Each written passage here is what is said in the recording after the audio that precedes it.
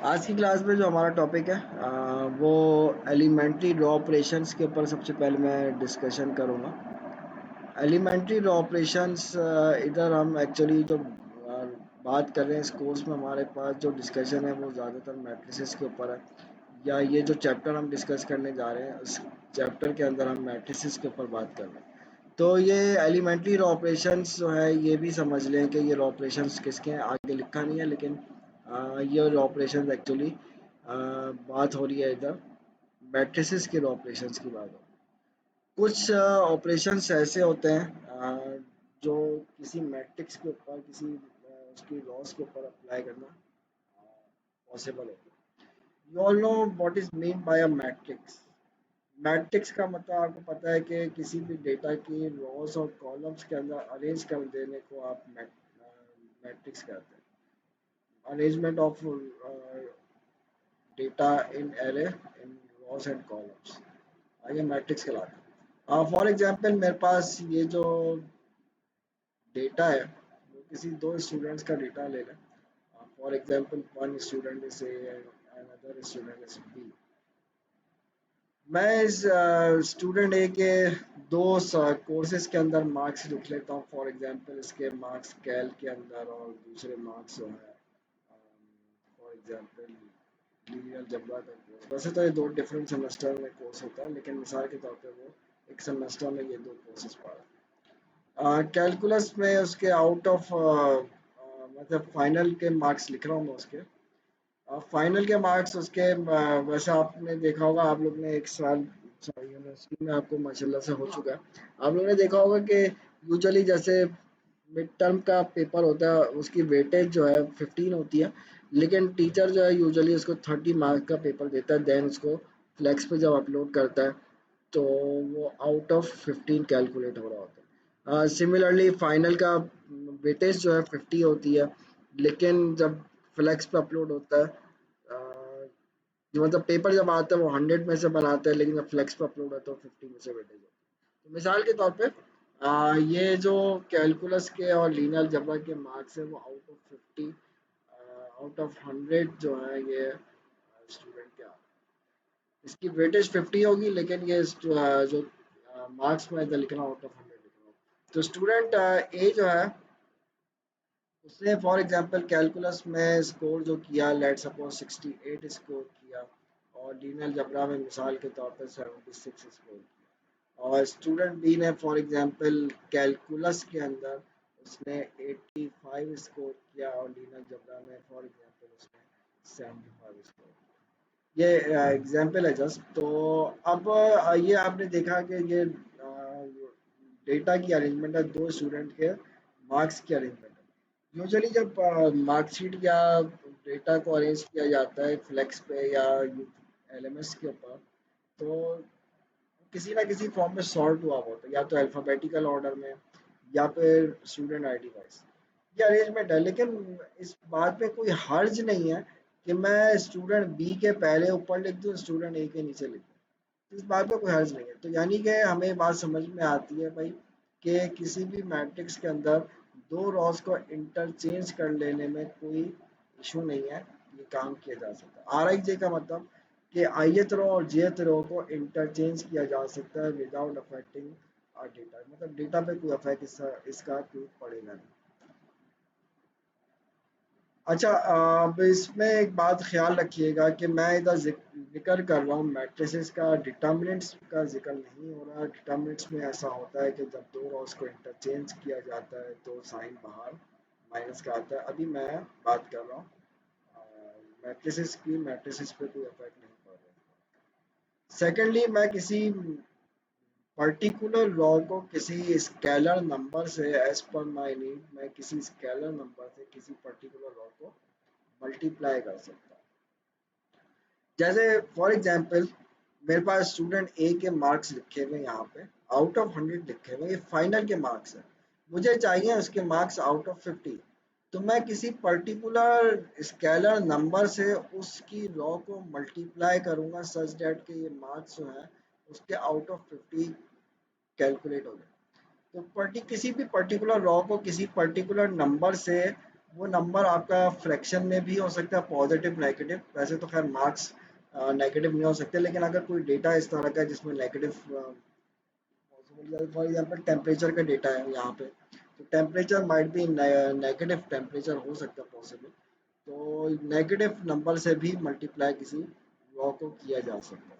अच्छा, ये एक बात का ख्याल रखिएगा, आप खुद ये बात सोचें किसी स्टूडेंट को कैसा फील होगा कि अगर मैं उसकी लॉ को, जिस लॉ में उसके मार्क्स लिखे हैं उसकी लॉ को मैं ज़ीरो से मल्टीप्लाई करूँ।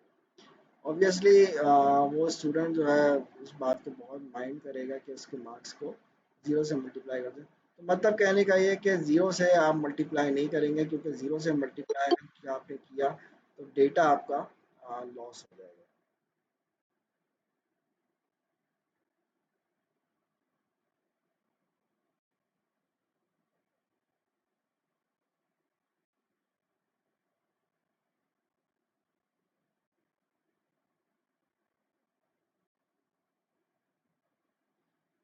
ये हमारे पास सेकंड लॉ ऑपरेशन है, और थर्ड लॉ ऑपरेशन इज किसी भी दो रॉस को आप ऐड या सब्ट्रैक्ट कर सकते हैं। भाई मैं ये चाह रहा हूँ कि पूरी क्लास के कैलकुलस का एवरेज निकालो, तो मैं क्या करूँगा, बस इनको ऐड कर लूँ। तो किसी दो रॉस को ऐड या सब्ट्रैक्ट किया जा सकता है। तो ये तीन एलिमेंट्री लॉ ऑपरेशंस हैं जो कि किसी भी मैट्रिक्स के ऊपर अप्लाई किए जा सकते हैं। अब ये लॉ ऑपरेशंस पढ़ने का फ़ायदा क्या है, ये इंशाल्लाह आगे जाके आपको बात समझ में आएगी कि हमने ये एलिमेंट्री लॉ ऑपरेशंस पढ़े क्यों। देन नेक्स्ट टॉपिक जो है वो है हमारे पास लॉ इकोलॉन फॉर्म।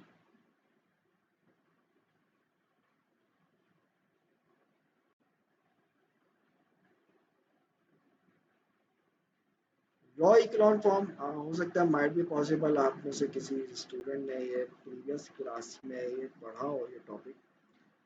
कोई बात नहीं, अगर पढ़ा हुआ है तो बहुत वेल एंड गुड, नहीं पढ़ा हुआ तो बहुत अच्छी बात है, नहीं पढ़ा हुआ हम पढ़ाएंगे इधर, तो हम बैठे हुए इसलिए पढ़ाने के लिए। तो लॉ इकोलॉन फॉर्म क्या होती है, इसमें आप देख रहे हो एक वर्ड लॉ का वर्ड लगाया हुआ है। लॉ का वर्ड कुछ लोग सिर्फ इकोलॉन फॉर्म भी बोलते थे, वो भी सही है। लॉ का वर्ड लगाने का मतलब ये है कि ये आपके पास किसी भी मैट्रिक्स की इकोलॉन फॉर्म अटेन कैसे होती है, by using elementary row operations को यूज करके आपके पास इकोलॉन फॉर्म मिलती है, इसलिए हम इसको लॉ इकोलॉन फॉर्म कहते हैं। अब लॉ इकोलॉन फॉर्म होती क्या है? मैं इस बात को समझाने के लिए यहाँ पे एक मैट्रिक्स लिख रहा हूँ।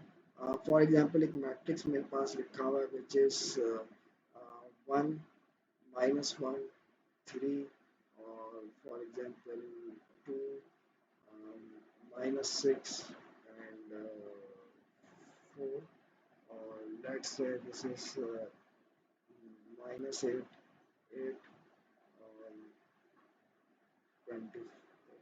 20 कहना चाहिए। ये मेरे पास कोई मैट्रिक्स है। इसको हम देख रहे हैं कि इकोलॉन फॉर्म होती क्या चीज़ है।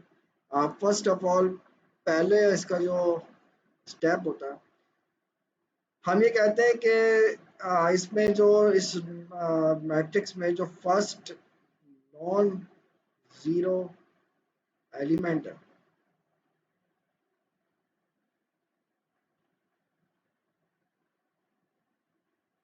फर्स्ट नॉन जीरो एलिमेंट जो है रो का, दिस वन, इसको हम कहते हैं दिस इज कॉल्ड पिवट। ये पिवट कहलाता है। आप ये समझ लें कि इधर हमारे पास इक्लोन फॉर्म को डिफाइन करने के लिए हम इधर 4 स्टेप्स लिखेंगे, और हर स्टेप में ये समझ लें कि पिवट की डेफिनेशन को रिफाइन अपडेट हो जाए होती रहेगी, हर स्टेप में पिवट की डेफिनेशन अपडेट हो। हमने पहले स्टेप में ये कहा कि first non zero element law का फर्स्ट नॉन जीरो एलिमेंट जो है पिवट कहलाता है, तो हियर पिवट इज 1 हियर। ये हो गई भाई एक बात। अब आगे बढ़ते हैं। इसके बाद हम ये कहते हैं कि बिलो ईच pivot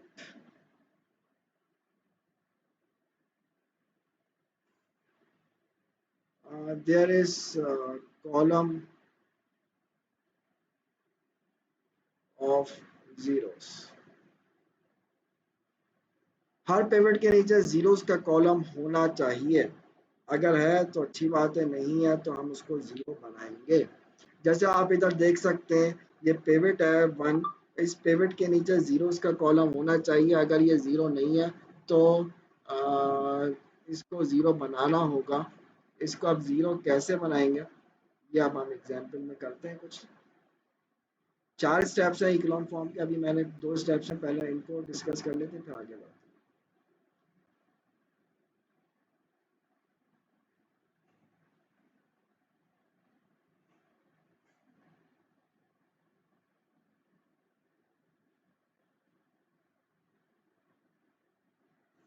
ओके, आप ये देख सकते हो कि एक मैट्रिक्स जो लिखा हुआ है दिस इज पिवट, और इस पिवट के नीचे मुझे इन दोनों नंबर्स को ज़ीरो बनाना। इन दोनों नंबर्स को ज़ीरो बनाने के लिए मैं क्या करूँगा, मुझे रो ऑपरेशंस को यूज़ करना होगा। जो 3 ऑपरेशंस मैंने आप लोग को बताए, उन 3 ऑपरेशंस में से जो भी एज़ पर योर नीड आप यूज़ कर सकते हो। यहाँ पे एक बात मेंशन करता चलूँ कि हमारे पास ये जो लॉ ऑपरेशंस जब अप्लाई किए जाते हैं, ऐसा पॉसिबल है कि मैं जो लॉ ऑपरेशन सोचूं आप कोई और लॉ ऑपरेशन सोचें, बिल्कुल पॉसिबल है। बस जो लिस्ट है लॉ ऑपरेशंस की, जो 3 पॉसिबिलिटीज़ हैं उन्हीं में से यूज़ कीजिएगा, कोई अपना नया लॉ ऑपरेशन नहीं बनाइएगा। तो हमारे पास सबसे पहला लॉ ऑपरेशन मैं ये कर सकता हूँ कि मुझे इस 2 को ज़ीरो बनाना है। तो एक पॉसिबिलिटी ये है कि मैं यहाँ पे इस 2 को ज़ीरो बनाने के लिए रॉ 1 को नेगेटिव 2 से मल्टीप्लाई करके रॉ 2 के अंदर ऐड कर दूँ, तो ये मेरे पास ज़ीरो हो जाएगा। यानी कि रॉ 1 को नेगेटिव 2 से मल्टीप्लाई कर दें, यानी कि 1 मल्टीप्लाई बाय -2 हो गया, -2 + 2, ये ज़ीरो हो जाएगा। तो यानी कि अच्छा, जब हम इसको इस तरह से लिख रहे होते हैं, इस तरह से लिखने का तरीका जब लिखा जाता है, बजाय इसके कि पूरी आप इंग्लिश में जुमला लिखें कि adding multiply row 1 by -2 and add in R1 R2, इस पूरे को लिखने के बजाय आप इसको इस तरह से मैथमेटिकल फॉर्म में लिखें। इसका तरीक़ेकार ये होता है कि जब जो सी रॉ पहले लिखी होती है उसके अंदर चेंजेस आती हैं, जो सी रॉ बाद में लिखी होती है वो रॉ आपकी एज इट इज़ रहती है।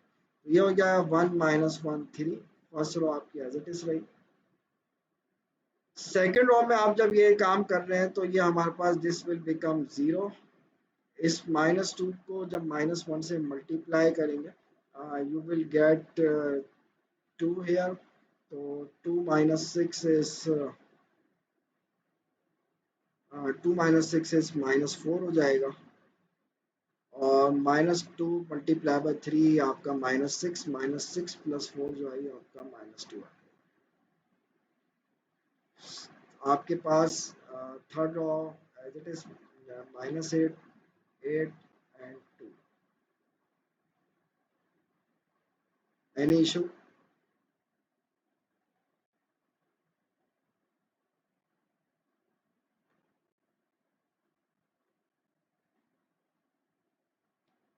कोई बात समझ में ना आई हो तो पूछ लीजिए।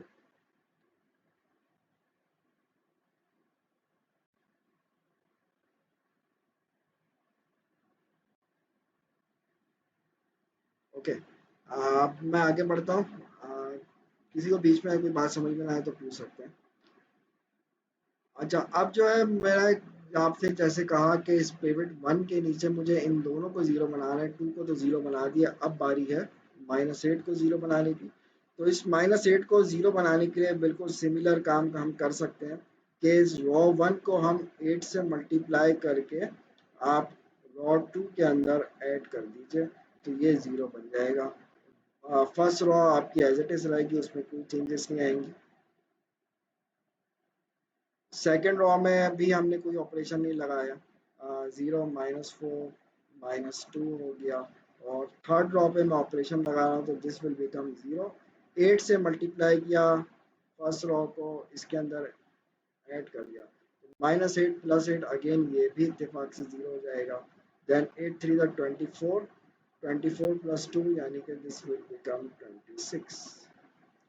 अब आपने जो इकोलॉन फॉर्म के 2 स्टेप्स लिखे हैं यहाँ पे, उनको बारी-बारी चेक करें।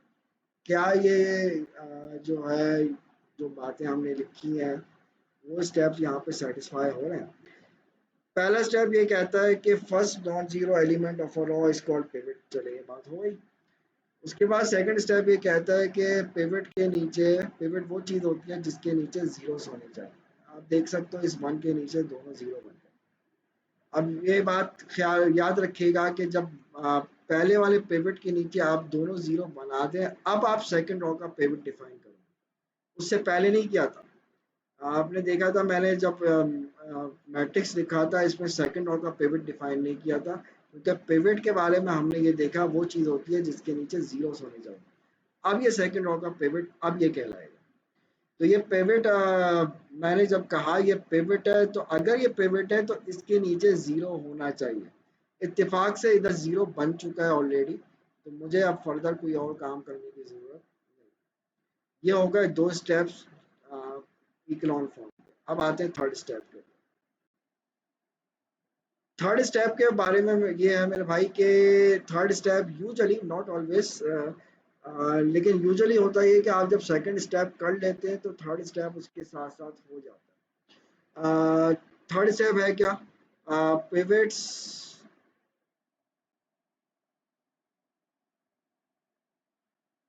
या इसको इससे पहले लिख लो ईच पिवट लाइज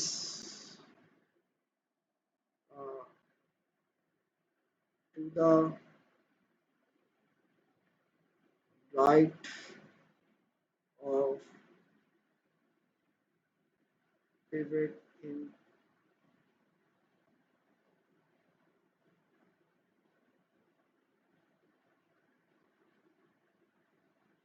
हर पिवट अपने प्रीसीडिंग रॉ के पिवट से राइट साइड पे लाई करना जरूरी है। अगर आप यहाँ पे चेक करो क्या ये चीज़ यहाँ पे फुलफिल हो रही है, अगर मैं यहाँ पे देखूँ क्या ये चीज़ मुझे नज़र आ रही है, आप देख सकते हो कि मेरे पास सेकंड रॉ का पिवट प्रीवियस रॉ के पिवट से राइट साइड पे लाई करता है। सिमिलरली अगर आप थर्ड रॉ का पिवट चेक करो तो थर्ड रॉ का पिवट प्रीवियस रॉ के पिवट से राइट साइड पे लाई कर रहा है। यानी कि ये चीज़ आपके पास हमेशा होनी चाहिए कि हर पिवट प्रीसीडिंग रॉ के पिवट से राइट साइड पे लाई करना चाहिए। तो जब ये चीज़ हो जाती है हम कहते हैं हाँ भाई ये इकोलॉन फॉर्म यहाँ पे हमारे पास बन चुकी है। तो this is your echelon form बन चुकी है। अभी चौथा स्टेप मैंने लिखा नहीं, अभी मैं लिखता हूँ। पहले मैं एक एग्जाम्पल आपके सामने और लिखूंगा, उसके बाद चौथा स्टेप बताता हूँ इकोलॉन फॉर्म का क्या होगा। एक मैट्रिक्स लिख रहा हूँ मैं यहाँ पे। मिसाल के तौर पे एक मैट्रिक्स गिवन है, matrix A is equal to 1 3 -6 और 0 0 8 0 0।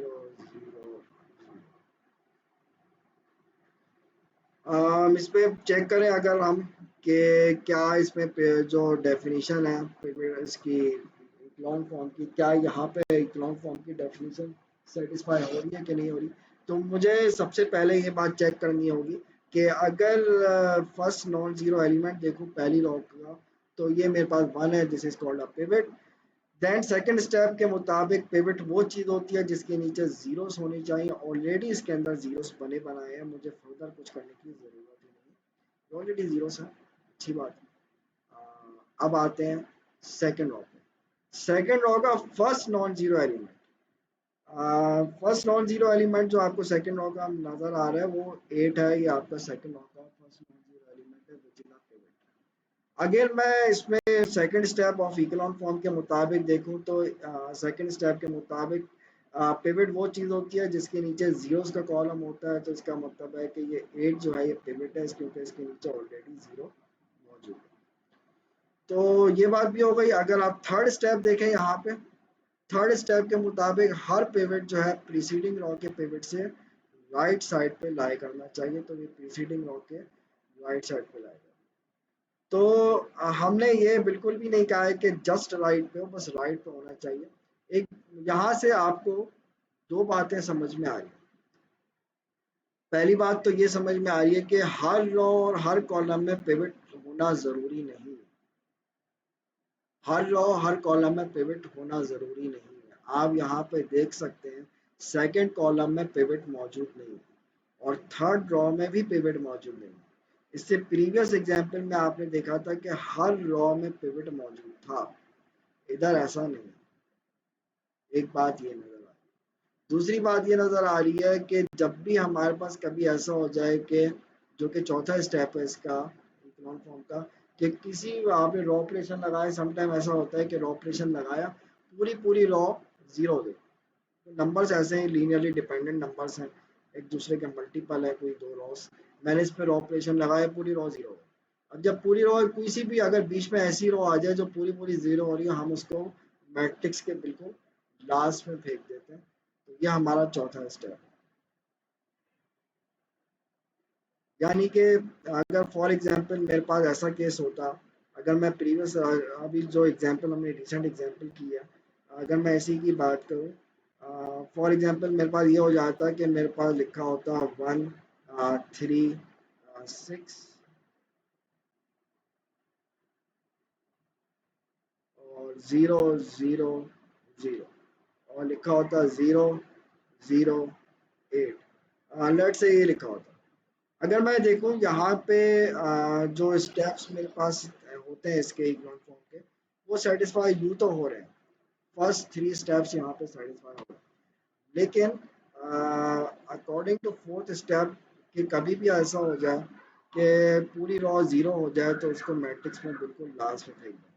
यानी कि मैं इधर करूँगा क्या, इसमें मैं एलिमेंट्री रॉ ऑपरेशन लगाऊंगा, एलिमेंट्री ऑपरेशन क्या लगाऊंगा, लास्ट में फेंकना, यानी कि थर्ड और रॉ सेकंड रॉ को जस्ट मैं यहाँ पे इंटरचेंज कर दूं, तो ये मेरे पास मामला हो जाएगा। यानी कि दिस इज 0 0 8 एंड 0 0 0। तो आप ये देख सकते हो भाई के, सॉरी,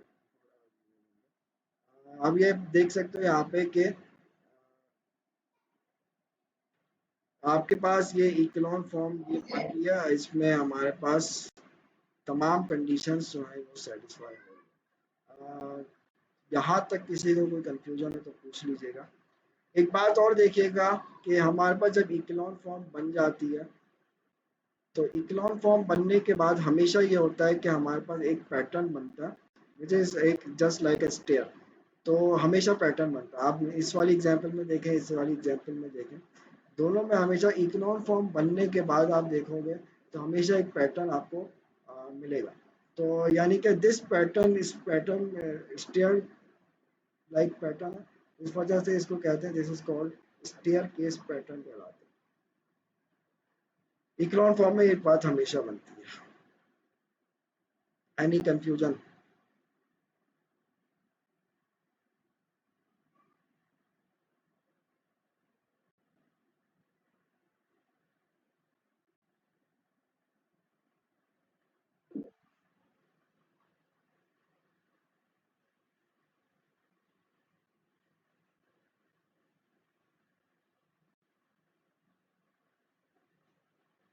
आई थिंक कोई कंफ्यूजन नहीं है। किसी ने रेज हैंड किया? ओके, चलो, थैंक यू।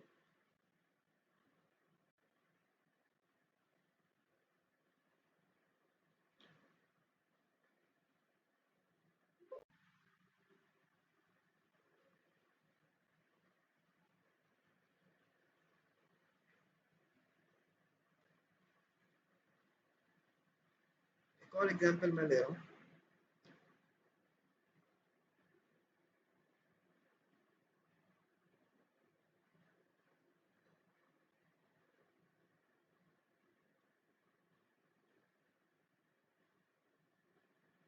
लेट्स से ये मेरे पास एक एग्जांपल दी हुई है, आप इसमें देख सकते हो एक मैट्रिक्स है जिसमें 3 रोस हैं, 4 कॉलम्स हैं।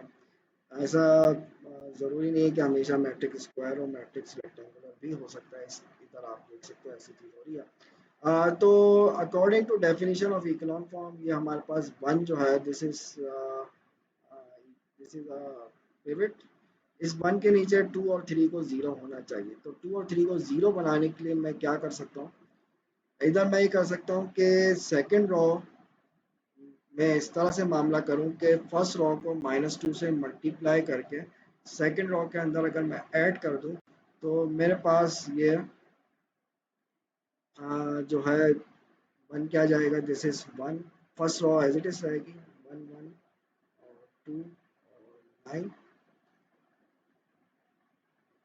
9। सेकेंड रो में दिस विल बिकम 0 और ये -2 + 4 this will become 2 and -4 -3 this will become -7 and -18 + 1 this is -17 और थर्ड रो भी आपकी एज इट इज रहेगी 3 6 -5 0।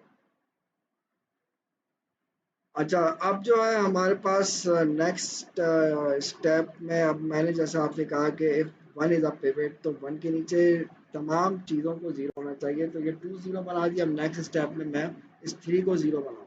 इस 3 को जीरो बनाने के लिए मैं क्या कर सकता हूँ, यहाँ पे सिमिलर काम मैं करूँगा जो अभी ऊपर किया था हमने। वो ये कि आप थर्ड रो को -3 सॉरी फर्स्ट रो को -3 से मल्टीप्लाई करके रो 3 के अंदर आप ऐड कर दीजिए, तो हमारे पास ये तो एज इट इज रहेगी फर्स्ट रो। सेकंड रो पे भी कोई चेंजेस नहीं आएंगी। सॉरी,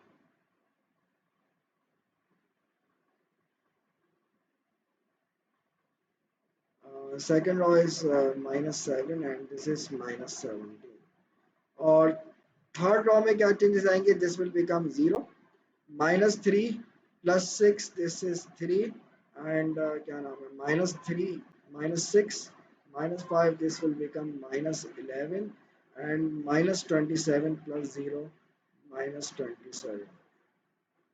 ठीक है भाई, ये आपका एक स्टेप हो गया। अब मैं दोबारा से चेक करता हूँ कि क्या इकोलॉन फॉर्म बन चुकी है या फर्दर मुझे काम करना पड़ेगा। This is a pivot. Pivot की वो चीज़ होती है जिसके नीचे तमाम जीरोस होते हैं। हो गई बात खत्म। अब आते हैं सेकंड रो के पिवट पे आ जाए, तो सेकंड रो का ये पिवट, पिवट वो चीज़ होती है जिसके नीचे तमाम एलिमेंट्स को जीरो होना चाहिए। आप देख सकते हो ये 2 जो है, इस 2 के नीचे इस 3 को जीरो मुझे बनाना पड़ेगा। नेक्स्ट स्टेप में मैं यही करता हूँ कि इस 3 को किसी तरह से जीरो बनाए। तो इस 3 को जीरो बनाने के लिए जैसे मैंने आपसे कहा है कि वेरियस पॉसिबिलिटीज़ हैं। नॉट नेसेसरी आप बिल्कुल मेरी वाली पॉसिबिलिटी को ही फॉलो करें, आप अपना भी पूरा ऑपरेशन सोच सकते हैं यहाँ पे। बस एक बात जो मैंने बार बार एक बात को एम्फेसाइज कर रहा हूँ कि इस बात का ख्याल रखिएगा कि जो एलिमेंट्री ऑपरेशन हमने 3 पढ़े हैं, उन 3 ऑपरेशन में से ही कोई सा लगाइएगा, वही कोई अपना ईजाद नहीं कर दीजिएगा। तो मैं ये कर रहा हूँ, इस 3 को ज़ीरो बनाने के लिए मैं ये कर सकता हूँ कि यार ऐसा करें अगर देखें, कुछ लोग गलती ये करते हैं कि भाई यहाँ पे 1 नज़र आया, -3 से रो 1 को मल्टीप्लाई करके रो 3 में ऐड कर दिया। अगर आपने ये काम कर दिया गलती से, रो 1 से इसको दोबारा से ऑपरेट किया, तो इसका नुकसान ये होगा कि आपने ये जो इतनी मेहनत से ज़ीरो बनाया था, ये वापस नॉन ज़ीरो बन जाएगा। अब फिर दोबारा से करोगे मतलब ये तो आप एक उसमें फँस जाओगे लूप के अंदर। आप ये काम बार-बार करते रहोगे। तो ये ऐसा काम करें एफिशिएंटली कि हमारे पास ये जो ज़ीरो है ये नॉन ज़ीरो ना बन जाए। तो मैं इसको रॉ 2 से ही ऑपरेट करूँगा। रॉ 2 से ऑपरेशन का ये हो सकता है कि रॉ 2 को मैं -3/2 से मल्टीप्लाई कर दूँ और उसको रॉ 3 के अंदर ऐड कर दूँ।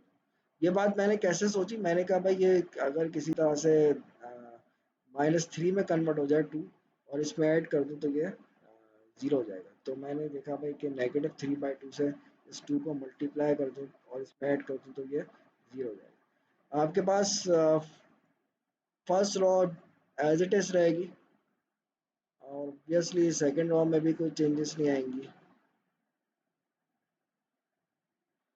थर्ड रो में this will become 0, this will become 0 और ये आपका हो गया 7 × 3/2 -21/2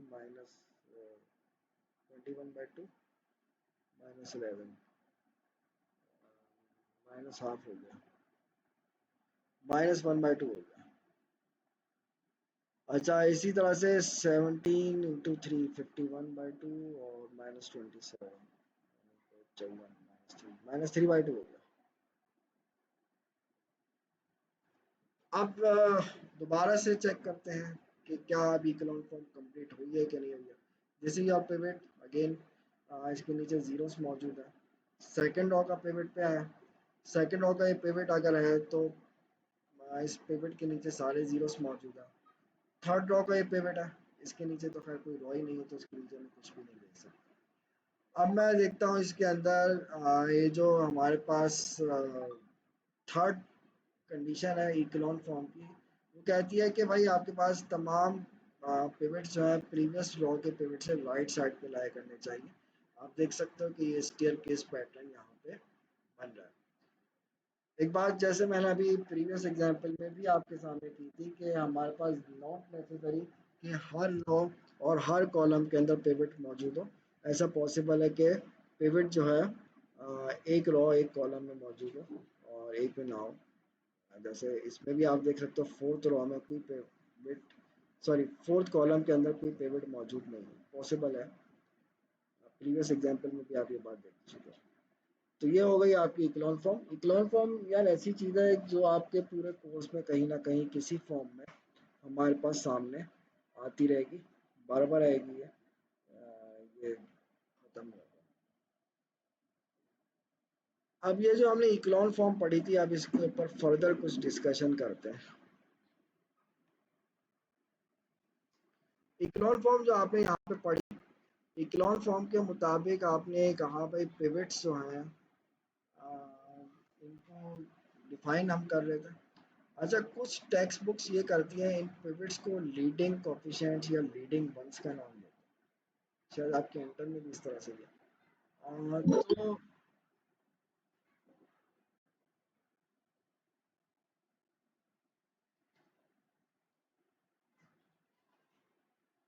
थ्री रो का ऑपरेटर क्या था? थ्री रो का ऑपरेटर क्या था, क्या मतलब है?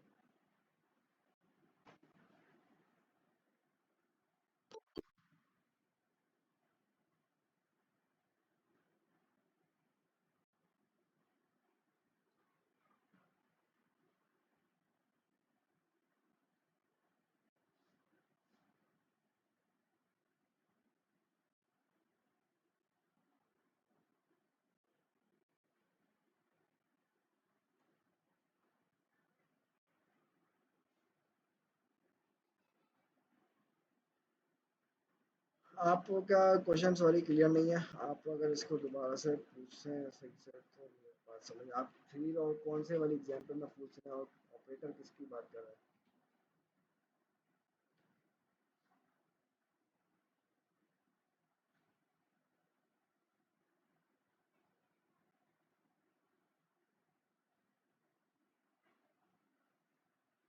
अच्छा,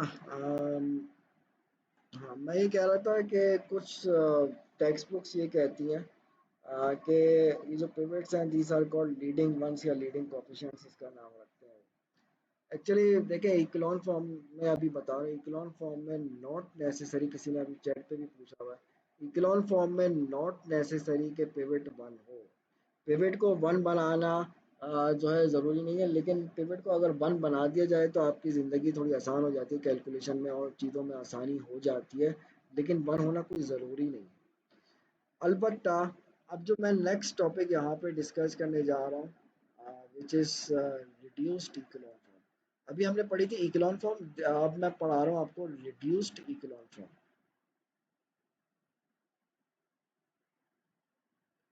रिड्यूस इकोलॉन फॉर्म क्या होती है? रिड्यूस इकोलॉन फॉर्म होती है मेरे भाई कि आप जब इकोलॉन फॉर्म बना लेते हैं उसके बाद फर्दर दो स्टेप करते हैं। फर्दर दो स्टेप करने के बाद जो आपका मैट्रिक्स है वो रिड्यूस्ड इकोलॉन फॉर्म में बन जाता है आफ्टर इकोलॉन फॉर्म। तो जैसे अभी हमने कहा भाई कि ये जो इकोलॉन फॉर्म है इसमें पिवट वन बना दे वेल एंड गुड, नहीं भी बनाए तब भी कोई आपको गलत नहीं कह सकता। अलबत्ता ये जो रिड्यूस्ड इकोलॉन फॉर्म है इसके अंदर हम कहते हैं कि pivot must be equals to one, इसमें वन होना जरूरी है। तो पिवट को वन आपको किसी ना किसी तरीके से बनाना है। जैसे ये वाली आपके पास यहाँ पे देख सकते हो इस एग्जांपल में ये जो 8 लिखा हुआ है इस 8 को वन बना है। तो इस 8 को वन बनाने का एक तरीका ये हो सकता है कि आप जो है सेकंड रॉ जो है इस सेकंड रॉ को 1/8 टाइम्स ऑफ R2 कर दें तो ये आपका 8 जो है 1 में कन्वर्ट हो जाएगा। सिमिलरली अगर आप इसके अलावा और एग्जांपल्स को देखें, इस एग्जांपल में आप देखें सेकंड रॉ का जो पिवट है, सेकंड रॉ के पिवट में इस 4 -4, इस -4 को 1 बनाने का तरीका ये है कि -1/4 से R2 को डिवाइड कर दें और R3 को 1/26 कर दें तो R3 हो जाएगा। तो रिड्यूस इक्लोन फॉर्म के लिए ये काम करना ज़रूरी है, करना पड़ेगा हमें। अब आगे बढ़ते हैं। इक्लोन फॉर्म में आप ये कर रहे थे कि जिस कॉलम में पिवट है, हमने सेकंड स्टेप के मुताबिक कहा था कि जिस कॉलम में पिवट है उस पिवट के नीचे तमाम चीज़ें ज़ीरो होनी चाहिए। रिड्यूस्ड इक्लोन फॉर्म में हम ये कहते हैं कि जिस कॉलम में पिवट है उसके नीचे तो आपने इक्लोन फॉर्म में ज़ीरो बना ही दिया है, उसके ऊपर जो है एलिमेंट्स उनको भी ज़ीरो बनाना पड़ेगा। यानी कि हम ये कहते हैं,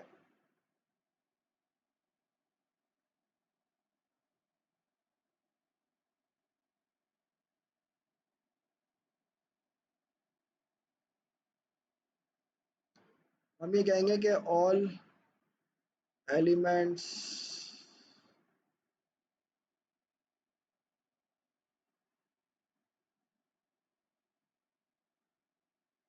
must be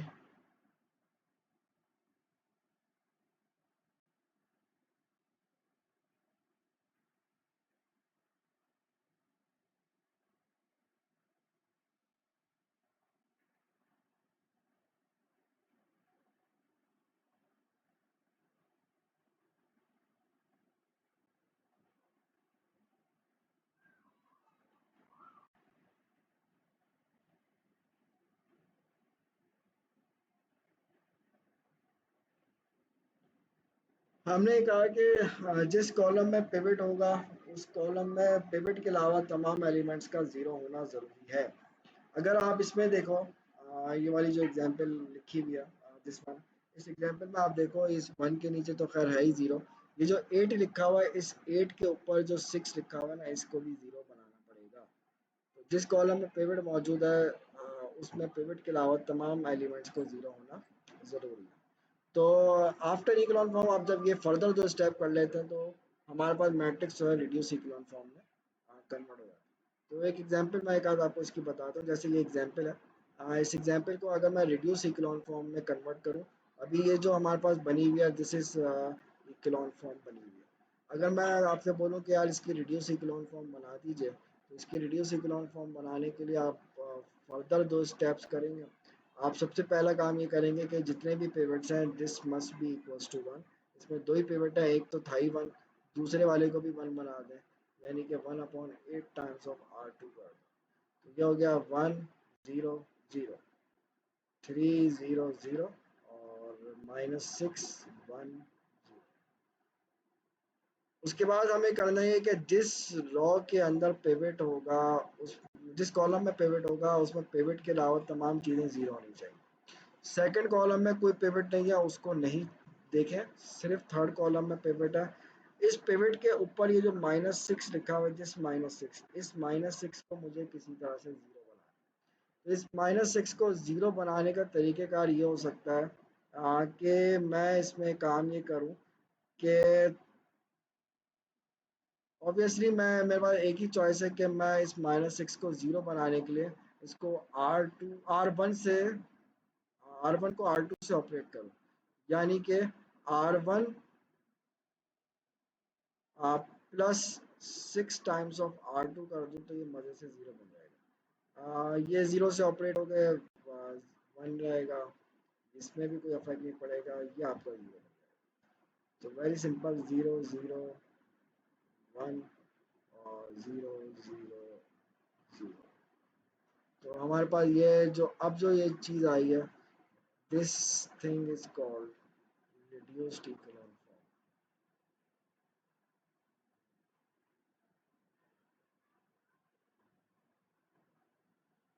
okay, one more example, जो अभी हमने ये वाली एग्जांपल किया है इसको भी अगर हम फर्दर सॉल्व कर लें, बस ये एग्जांपल सॉल्व करेंगे फिर क्लास को वाइंड अप करते हैं। हमारे पास ये इकोलॉन फॉर्म बनी हुई है, this is your echelon form. This is your echelon form. अगर मैं आपको बोलूं कि यार इसको रिड्यूस इकोलॉन फॉर्म में कन्वर्ट कर दीजिए, तो इसको रिड्यूस इकोलॉन फॉर्म में कन्वर्ट करने के लिए आप थोड़ी सी मेहनत करोगे। वो मेहनत ये होगी, केस टू को जो वन बनाना पड़ेगा। पिवट्स को सिर्फ वन बनाना होता है भाई। पिवट्स को वन बनाना है, ये नहीं कि आप हर कॉलम के एलिमेंट्स को वन बनाना शुरू कर दें। सिर्फ पिवट्स को वन बनाना है, टारगेट हमारा वही है। तो पिवट करता क्या है, ये आगे जाके इंशाल्लाह हम नेक्स्ट क्लास में डिस्कस करेंगे।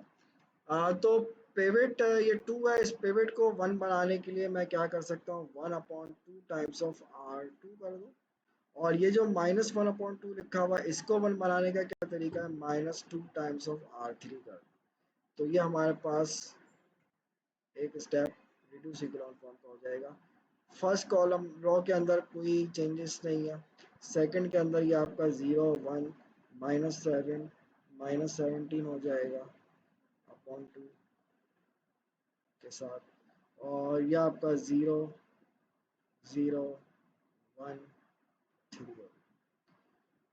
नेक्स्ट आपको ये करना है कि ये आपका this is pivot, this is pivot, this is pivot.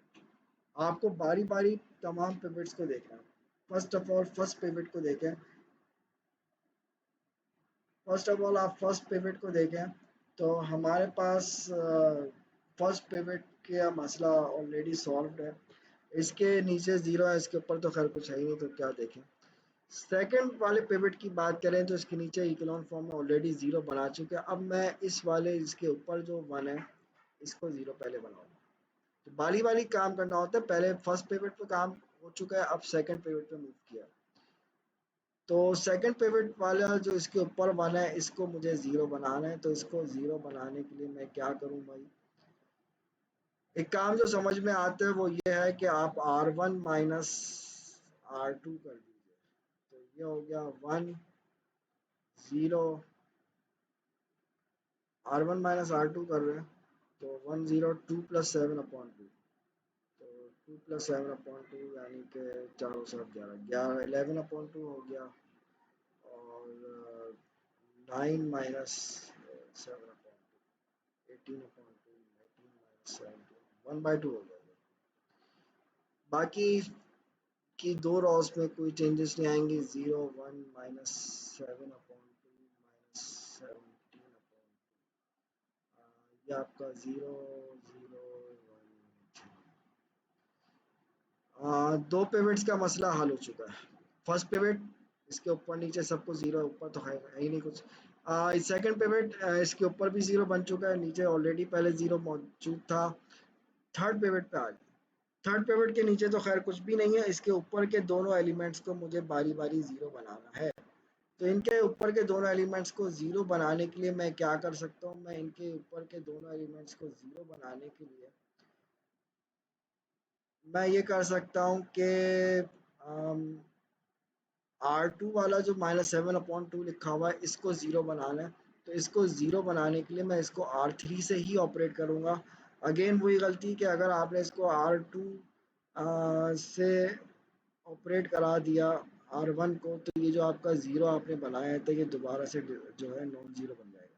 तो R1 को R3 से ही ऑपरेट करेंगे।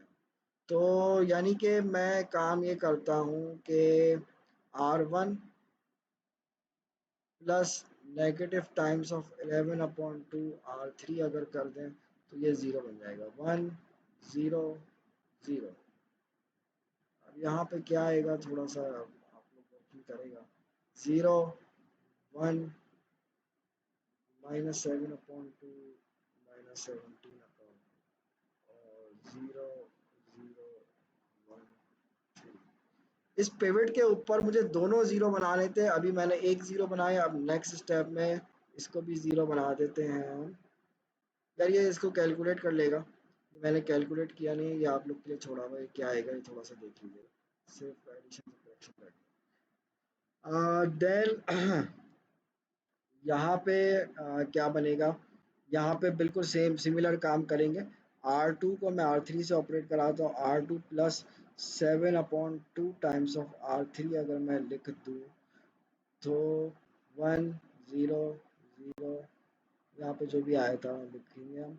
ज़ीरो वन, ये भी ज़ीरो हो जाएगा। और फिर इसको भी आप देख लेगा कैलकुलेशन वाइज कि क्या बन रहा है, ज़ीरो ज़ीरो वन थ्री। तो R2 + 7/2 R3 का मतलब है कि 3 7 21/2 -17/2, तो ये 3/2 आएगा, आई थिंक सो 3/2 आएगा। सही है भाई। तो ये आपकी फाइनली ये जो हमारे पास चीज़ आएगी, इनको यार कंप्लीट कर लीजिएगा। ये हमारे पास जो चीज़ आएगी this is called reduced echelon form. तो आज के लिए फ़िलहाल मैं इसको इतना ही रखता हूँ। किसी को यहाँ पे कोई क्वेरी कोई क्वेश्चन हो तो पूछ लीजिएगा। आज की क्लास में हमने दो चीज़ें डिस्कस की है। एक तो एलिमेंट्री ऑपरेशंस क्या होते हैं और इकोलॉन फॉर्म रिड्यूस इकोलॉन फॉर्म क्या होते हैं, इनके एग्जांपल्स भी सॉल्व किया। इसकी फर्दर एग्जांपल्स आपकी एक्सरसाइज जो है आप बुक में देखो तो मेंशन है। उसकी आउटलाइन जो है, कोर्स आउटलाइन जो है उसके अंदर क्वेश्चंस मेंशन है, वो कर लीजिएगा। नेक्स्ट क्लास में इसको आगे हम डिस्कस करेंगे। ये echelon form, reduce echelon form बनाने से मिलता क्या है, या इसको हमने क्यों बनाना सीखा, वो इंशाल्लाह फिर नेक्स्ट क्लास में इंशाल्लाह फिजिकली या जैसे भी मीट करेंगे तो उसमें फर्दर डिस्कशन करेंगे। फिलहाल मैं इतना ही रखता हूँ, किसी को कोई क्वेश्चन है तो पूछ लीजिएगा।